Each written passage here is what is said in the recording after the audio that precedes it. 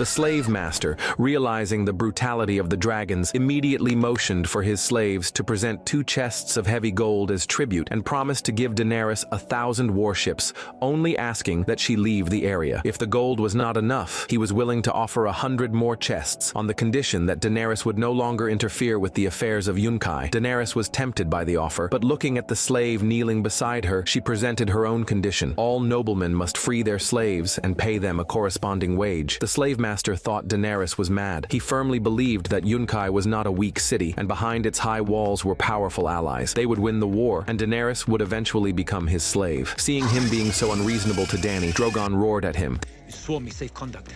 I did. Bet my dragons made no promises, and you threatened their mother. The angry slave master terminated the negotiations and ordered his slaves to carry the gold away. But Drogon suddenly lunged out to guard the gold, a sight that filled Daenerys with pride. My gold.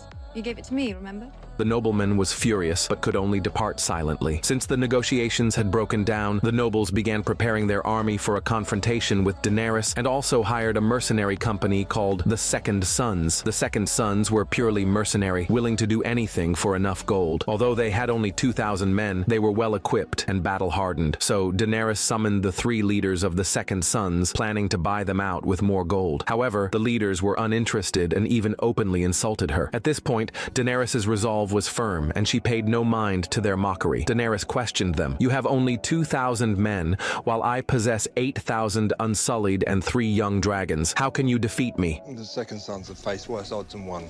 The Second Sons have faced worse odds and run. A fortnight ago I had no army.